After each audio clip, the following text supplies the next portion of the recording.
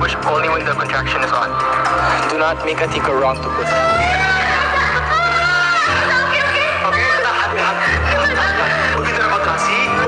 Halo guys, selamat datang di MD Movie Review. Seperti biasa kita akan nge-review film melahirkan terbaru. Hari itu Tika kedatangan sahabatnya dari Jakarta. Mereka mengundang Tika dan suami untuk datang di pesta pertunangan mereka. Karena kondisi Tika sedang hamil, mereka pun tidak memaksa Tika untuk datang. Tapi Tika pun berjanji dia akan berusaha menghadiri pesta pernikahan itu, walaupun dia sempat ngeluh dengan keadaannya yang sedang gendut itu.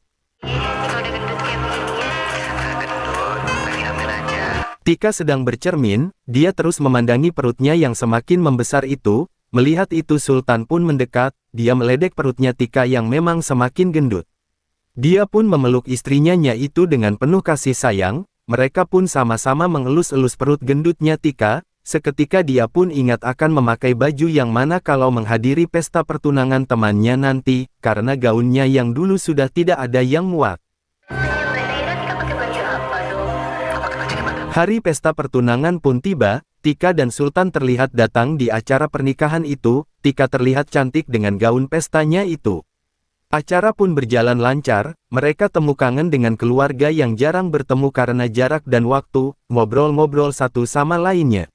Acara pertunangan pun berlangsung, mereka terlihat sangat bahagia, tapi baru saja usai acaranya, tiba-tiba saja turun hujan yang sangat deras, karena acaranya di luar ruangan, mereka pun buru-buru berhamburan masuk ke dalam villa.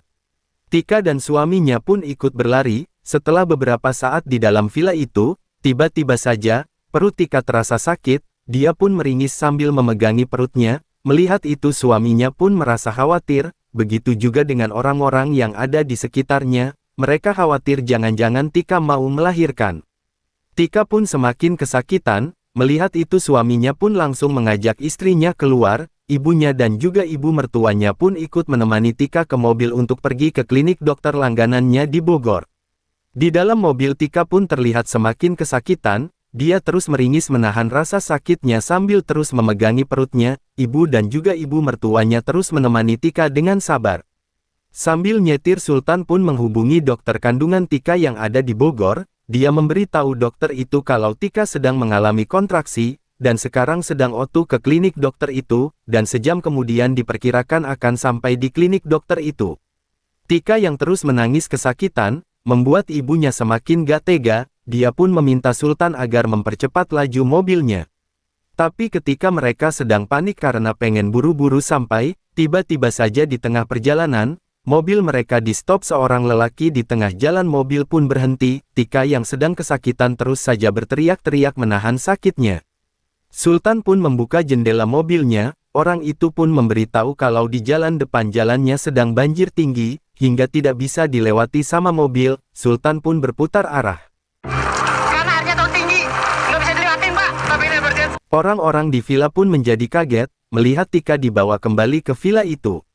Tika pun langsung dibawa ke dalam kamar, dia langsung dibaringkan di atas tempat tidur di dalam kamar itu. Sultan terus memegangi Tika yang sedang mengalami kontraksi yang luar biasa itu. Tika pun terlihat mengejan sekuat tenaganya. Sultan dengan sabar dan telaten membimbing Tika melahirkan, begitu juga dengan ayah dan ibunya. Sultan pindah tempat menjadi di bawah Tika, seolah-olah dia menjadi dukun beranak untuk istrinya.